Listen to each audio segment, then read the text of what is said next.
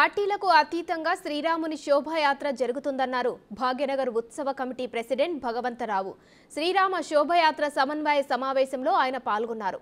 అయోధ్య రామ మందిరం నిర్మాణం పూర్తయిన తర్వాత జరుగుతున్న తొలి శోభాయాత్రపై ప్రతి ఒక్కరిలో మరింత ఆసక్తి పెరిగిందని తెలిపారు.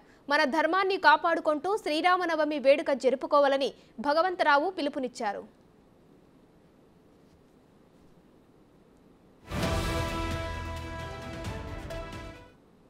ఉత్సవ సందర్భంగా ప్రభుత్వం తరఫున పోలీస్ కమిషనర్ గారి ఆధ్వర్యంలో వివిధ విభాగాల అధిపతులు మరియు ప్రభుత్వ యంత్రాంగము ఈ యొక్క ఊరేగింపును ఏ విధంగా జయప్రదం చేయాలని వారి మనోభావాలు మన ముందు, మన మనోభావాలు వారి ముందు, గతంలో ఉన్నటువంటి ఇబ్బందులను ఒకసారి నెమరు వేసుకొని మళ్ళీ రాకుండా చూడాలనే ఉద్దేశంతో ఈ సమావేశం ఏర్పాటు చేస్తున్నాం.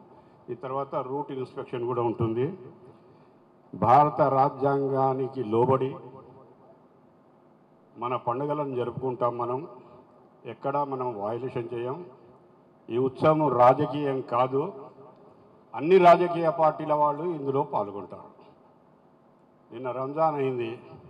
అన్ని రాజకీయ పార్టీల వాళ్ళు రంజాన్లో పాల్గొన్నారు. శ్రీరామనవమిలో కూడా అన్ని రాజకీయ పార్టీలు, అటు కాంగ్రెస్ కానీ, తెలుగుదేశం కానీ, బీఆర్ఎస్ కానీ, బీజేపీ కానీ, బీఎస్పీ కానీ, ఏ రాజకీయ పార్టీ అయినా పార్టీల గుర్తింపు లేకుండా రామభక్తులుగా పాల్గొనవలసిందిగా విజ్ఞప్తి చేస్తున్నాం.